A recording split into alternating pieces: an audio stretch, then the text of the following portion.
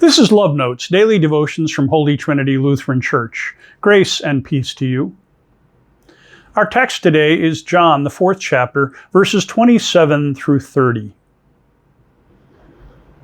Jesus has just revealed to the woman at the well, the Samaritan woman at the well, that he in fact is the Word made flesh, the Messiah who is to come, and that life has changed because of his appearance.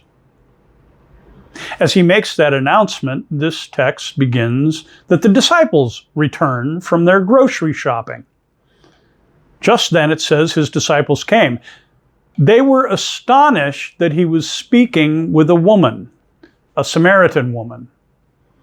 They were astonished. I think words could be used here like scandalized, blown away, confused. Jesus isn't supposed to be speaking to women, and he's not supposed to be speaking to Samaritan women especially. Now it says no one said, "What do you want?" or "Why are you speaking with her?" They perhaps know better by now, not to question what the Word made flesh is revealing. But what they witness is in verse 28. The woman left her water jar, the whole reason she came to the well in the first place, and she goes back to the city.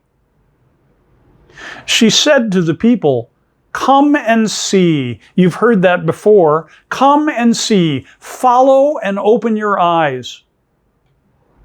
Follow and see the light and the life that has come into the world. Come and see a man who told me everything I have ever done. A man who knows me so deeply that no truth has gotten past him. And remember, she's saying this to people who likely have judged her badly because of what she has done and what has happened to her. And she asks a question, an honest question. He cannot be the Messiah, can he? I mean, is the Messiah already here? Can the Messiah show up at a Samaritan well? And the answer, of course, we know is yes. He can absolutely be the Messiah. So now, the woman has done what John the Baptist started in the beginning and everybody else has piled on. She gives her testimony. She witnesses to what has happened because of Jesus, and she tells her neighbors. And in verse 30 it says they left the city and were on their way to him. That's what happens when the disciples show up.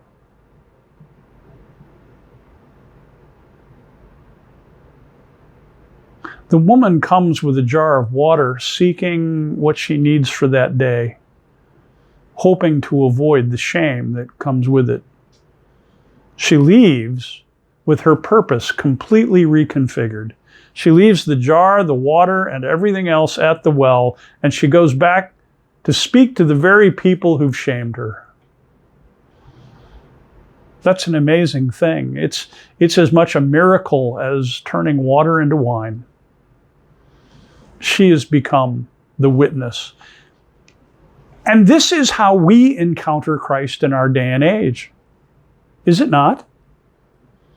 When the broken and the lost and the lowly, those in need of healing, when they witness to the fact that Christ has changed their lives, we are called to come and see. Whenever Christ moves in this world, when the Word takes on not just the flesh of Jesus, but the flesh of brother and sister, well, then Jesus is there, standing in our midst, and calls us to come and see. May our prayer on this day be that we would take the witness of those who've been touched by Jesus and take it seriously. That we would come and see, that we would make our way to Jesus because they have experienced him already. That's what the church is all about. The church is not about learning interesting facts about Jesus or communicating doctrines that we learn from generation to generation, although there may be a place for both those things. The church is a place where people who've been encountered by Jesus in the brokenness of their lives witness to what he's done for them. And in so doing, they call all those who hear to come and see. May we come. May we see. Amen.